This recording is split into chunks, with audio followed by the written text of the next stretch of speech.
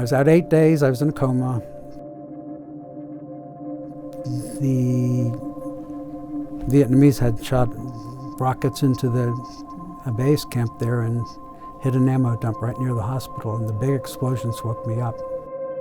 I call that God's alarm clock. My father left when I was 4.5 years old.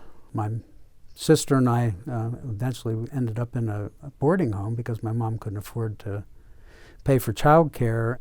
They always made nice food for us when parents came, but when the parents weren't around, we ate cereal 3 times a day. My mother remarried when I was 9. He had a drinking problem, and I guess he kind of hid it in the beginning, but it got worse and worse. When I was around 10 years old, he was beating my mom one day, and I went in and I tried to protect my mom, and he beat the devil out of me. Things that happened in my childhood were very, very big, and Vietnam was just another bump. When I was in high school, running around being a bad guy, running around getting in trouble a lot, we went to a Presbyterian church, and Reverend Charles Wolf was the pastor there, and he just touched my heart so. Loving the Lord came to me because you could tell how much he loved the Lord. I ended up getting drafted. I was 17 years old. Maybe a month and a half I was on the ground, and our driver got hit by an RPG and he lost 2 arms and a leg. And I had track driving school. I knew how to drive them and I knew what to do with them, and just didn't want to ride around with somebody learning how to drive the track, so I volunteered to drive the track.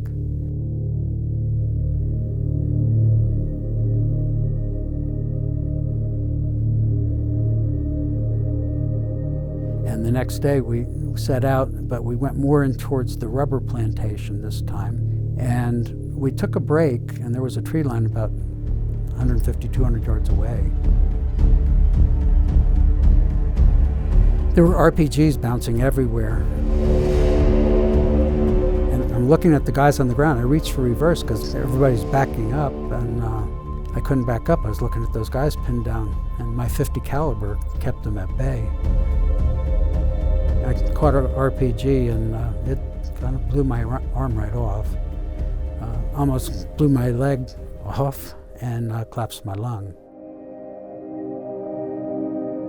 I was in the hospital 8 months, and when I got out of the service, it's a doctor there going through your paperwork, and he's looking at my paperwork, and he's going, "I can't believe you're here.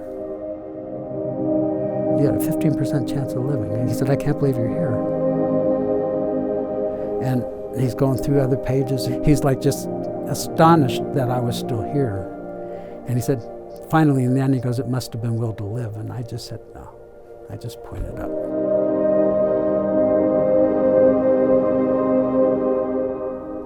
I knew why I was here.